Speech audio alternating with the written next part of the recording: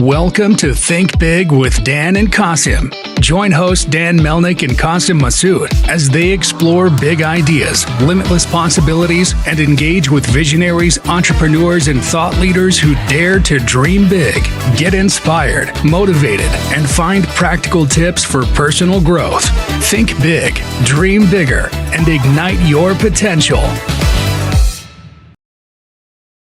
All right, welcome to Think Big with Dan and Qasim, and our guest today is Lyn. So, Lyn, if you want to go ahead and introduce yourself, tell us where you live and what you do for a living. My name is Lyn Graft, and I am the Chief Story Officer at SHAR Snacks, and I'm also the founder of Storytelling for Entrepreneurs. Live in Austin, Texas. And a lot of people associate me as kind of a founder, storyteller, evangelist for all things entrepreneurship. That's kind of the ballywick of the world that I live in. Awesome. So can you just tell us more about SHAR Snacks? Like what exactly it's all about? Obviously, there's many snack brands, but I guess like what separates you, but also what gave you the idea for this company? Yeah, actually, if you don't mind, I'm going to start out a little bit with my video production role because Sure. in an expedited history of my life, I was an engineer who left to become a ski instructor because I didn't want to stay being an engineer. Then I actually went to grad school, got my MBA, then focused really working for a couple corporations in HP and also for American Airlines Sabre, and got enamored by the entire startup world, Dan. I just really fell in love with it. Austin's got a great startup community, and I worked for a seven-person startup out of grad school, and it was the first time in my life I ever had the key to a door of a company. I always felt pretty proud of that I could unlock the door. I was always the first in, last out, to the FILO method, if you know accounting in that ways. And I went down that path, and then one of my best friends approached me, says, "Hey, I'm going to start this technology company helping pharmaceuticals get drugs to market." So I jumped on with her, and that was my true first time starting my own company. I'd worked for a startup. This was my own company. And we went on this amazing journey, Dan, where so many things where we experienced the highs and lows of a high-tech startup. We ended up raising $7 million, got some incredible investors on our team. We had in the New York Times, we're in the Wall Street Journal, and it just was this rocket ship taking off. It took us a long time to get going. It was about a 5-6 year journey, but then we got caught up in the dot-com crash. And even though we went like this, we exploded and crashed very quickly. And unfortunately, I learned some really hard lessons out of that thing. And one of the lessons that I learned is I want to spend my time doing something that I love. And I decided I wanted to be an entrepreneur. I still wanted to own my own business. I wanted to do something I was good at. And I also wanted to do something I could make money on. And that led me to the path of being a video producer. My best friend who had just done that company with, we had gone our separate ways, and she had done another company. I did another company, and was able to, I had a couple ones that didn't really go anywhere, and then I had a small exit which allowed me to kind of do what I wanted to do next. And she approached me, she says, "Hey, I want to do this television show about women founders raising capital in Texas in technology." And I knew exactly why she wanted to do that. It had to do with what we experienced in our last company, kind of a male-dominated, chauvinistic, didn't really appreciate women so much. So she wanted to feature women entrepreneurs and other folks who hadn't done as well. She wanted to feature them for a television show. I didn't know anything about television then, but I ended up jumping on board with her, and 5 hours a week turned into 10 hours a week, turned into 20 hours. And fast forward, we ended up, as we're working on this television show idea pitch, we got an opportunity to do a project for the University of Texas. And it was for her mentor, Dr. George Kosmetsky, one of the first billionaires in Texas. And it was a paid project, and we were very excited. It wasn't a lot of money, but it was paid. We figured, let's use this project with the University of Texas, a high-profile billionaire. We'll use this to help us get the television show. So while we're filming this kind of short little 7-minute profile piece on him, he is my best friend Ingrid's mentor. And while we're in the interview, he says to Ingrid, "Why don't you, to get a perspective of my legacy that we're going to leave behind for this video piece, why don't you interview some of my other mentees?" And Ingrid's like, "Yeah, let's do it. Who are they?" And I'm producing this. I'm the director. I'm like, "This sounds cool. Who's it going to be?" Turns out he said Michael Dell, who's the founder of Dell Computers, and the other one was Red McCombs, founder of Clear Channel, number 247 on the Forbes 400, owner of the Minnesota Vikings, San Antonio Spurs, largest independent car dealer in the country. So in my first paid video project ever, Dan, I got to film 3 billionaire entrepreneurs. And I was just so excited getting to be around these really successful people from incredibly diverse backgrounds. And it was one of those things that I got that bug. I loved their stories. I wanted to be a storyteller.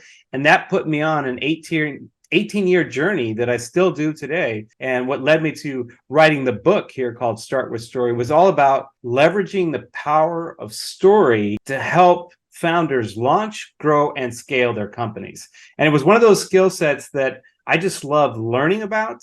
I loved telling the stories, and other people really gravitated to those stories.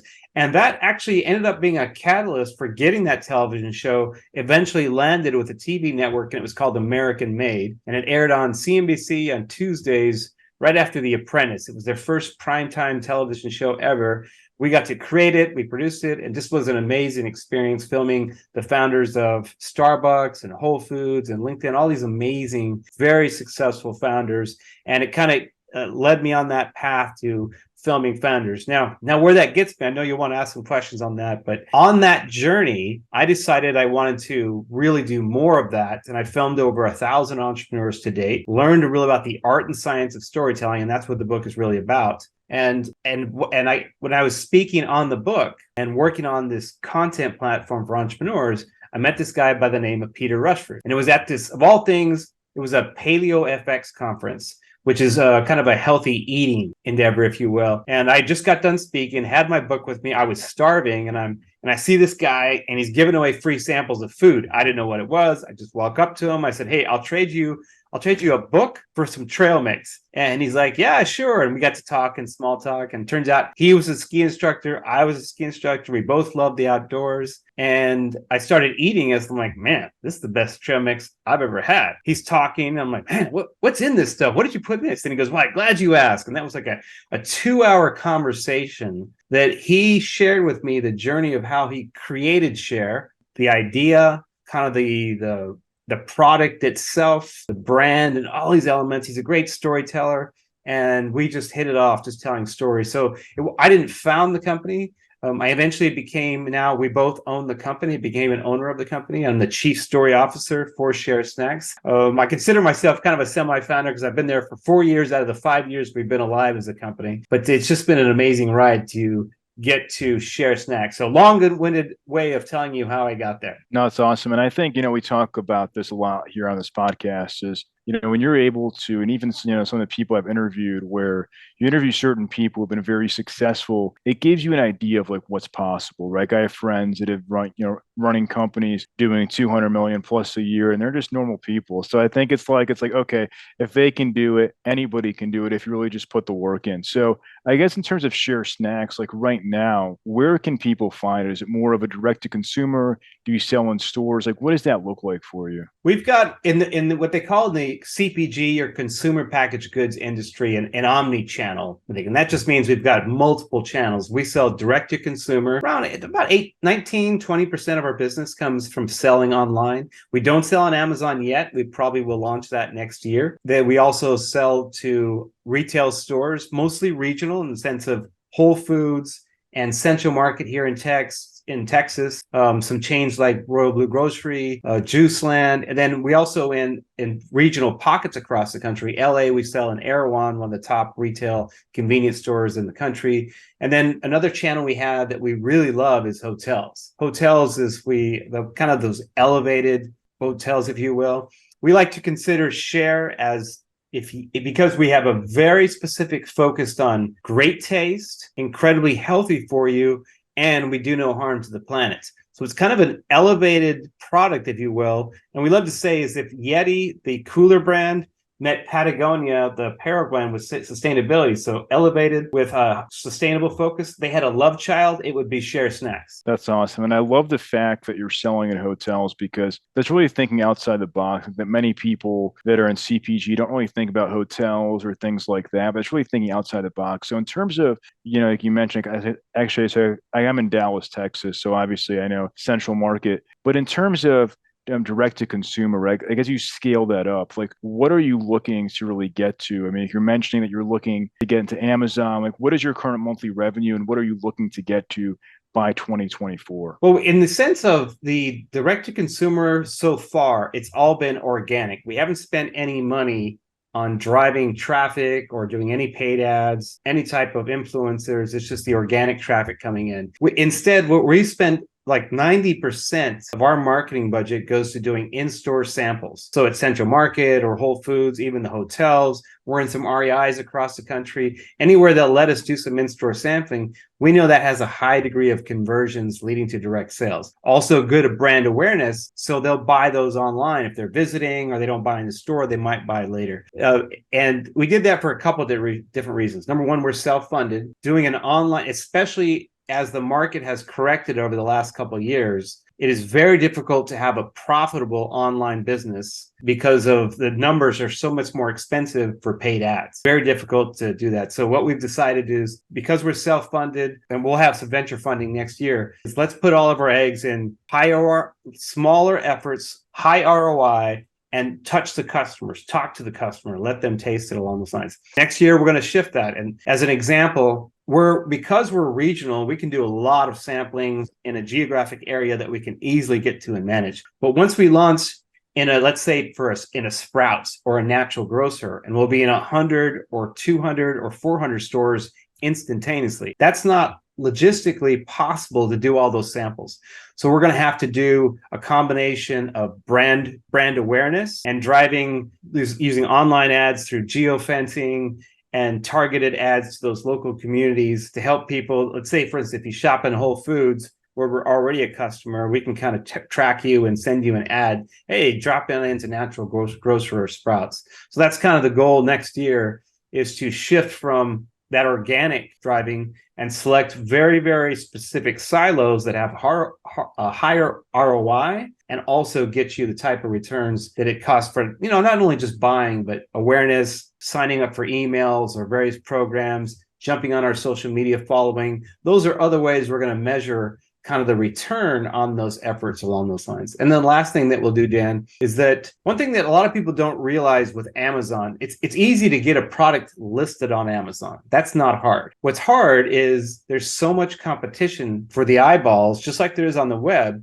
You pretty much have to spend advertising dollars on Amazon to get conversions. So you have to do two things that require either people or capital or both. And what I mean by that is, once you put your product on there, you want to make sure you have a good looking storefront, but then you want to drive traffic there, and then you've got to manage it to see what's working. So either you hire an agency or a consultant to manage that Amazon stuff, or you bring on a person, and that's what they do the majority of the time. So that's where, and then you still have to do the advertising spend. And a lot of times you're going to spend anywhere from $5,000 to $15,000 a month to get your traffic in such a way that you'll turn cash flow positive on Amazon. You can get on Amazon and spend a bunch of money and be losing it because you're spending more than the revenue that's being generated. So you really have to play that game. So eventually it gets to a point where you're not only making more money than you're spending, you're actually getting to a level of profitability. And that just takes, it could take 6 months to 2 years, depending on the brand and the product. But as of right now, are you profitable today? We are not. We're not. We're very close. Mainly we've been very, very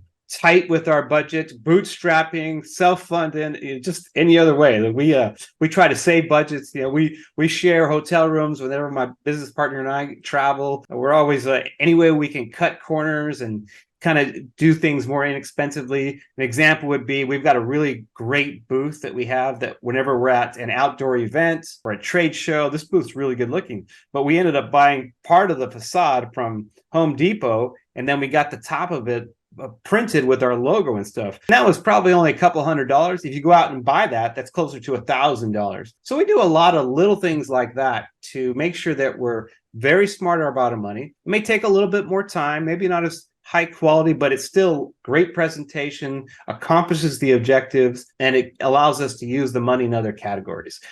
If we wanted to, we could probably be profitable next year in 2024, probably mid-year. The challenge would be we wouldn't be able to scale to the number of stores that we'd like to go to, Dan. And it's always a question in our business. Even though we're really smart with our money, we're growing nicely. If you really want to grow faster in the consumer packaged goods space, you almost always have to have some type of external capital or partnership that's going to drive awareness for that increase of sales. So that's why, essentially, as you mentioned earlier, that you're looking to raise money, correct? That's right. We're going to use that money for marketing spend, hiring a couple people specifically on the marketing side, field marketing, internal marketing, a sales kind of one person internal, and then we'll hire an agency outside to help us with some specific national accounts. And then we're also going to be spending on online marketing to help drive some of that traffic, and a little bit for the kitchen. But it's really, we have a really good handle on where we're going to spend that money and how long that's going to take us. So in terms of online marketing, I mean, obviously now in 2023, people are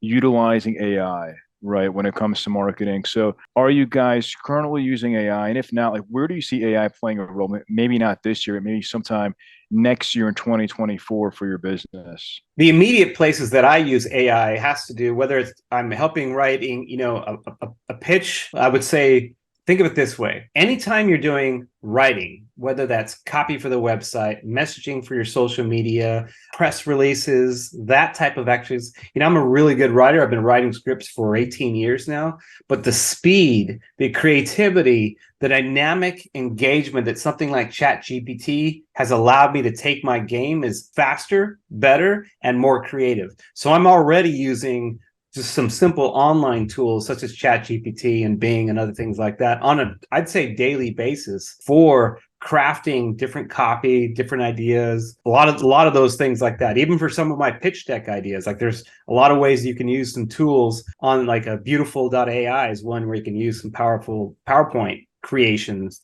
PowerPoint-like type slides.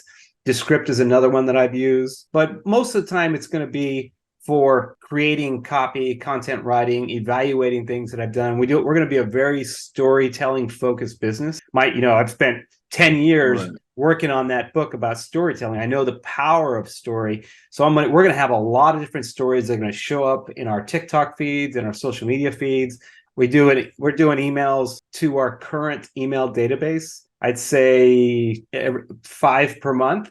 6 per month. So we'll be using it for that. Just anything we can keep a dynamic engagement with the audience. So they're watching this brand grow up from the inside out. If you follow my LinkedIn feed, I'm posting 3-4 times a week about what's going on with SHAR, the good and the bad, so that we can kind of let people know who we are. We're very authentic, really want to, and leverage all the things I've learned about storytelling to help our brand SHAR grow. So in terms of SHAR, in AI, I mean, obviously, one thing where I've seen it come into play for e-commerce is like a high-level chatbot, right? As you're driving up this traffic, driving conversions and, upselling and getting people to subscribe and really giving them information about the value that you sort of explained earlier in the conversation. So do you see that as something that could potentially be useful for you sometime next year? I definitely want to explore it. There's been, chatbots have been around really kind of an accepted basis in the last 3 to 4 years. You're seeing chatbots before AI really exploded. Right. So people are used to having that experience with a robot. They know that when they send a Facebook message or maybe a text message, that it's typically a robot. Customer services, you can always tell. And sometimes they always say, this is an automated response. Now, that kind of telling people that it's automated, it's kind of gone. We're all assuming it's AI. And I think we're going to be there sometime next year, Dan. There's the applications, the service providers, and a number of different offerings are going super fast. The hardest part will be figuring out which is the right one for us, right, given the stage that we're at. And we want to have that intimacy level. There's no way you can, when you start, let's say once you hit 1 million customers, you can't interact with them on a human level. It's just, right, the economics don't work. You can't have enough people to do that. So you have to have layers of individuals. So we don't have that need right now. We're able to manage it between us, the internal team.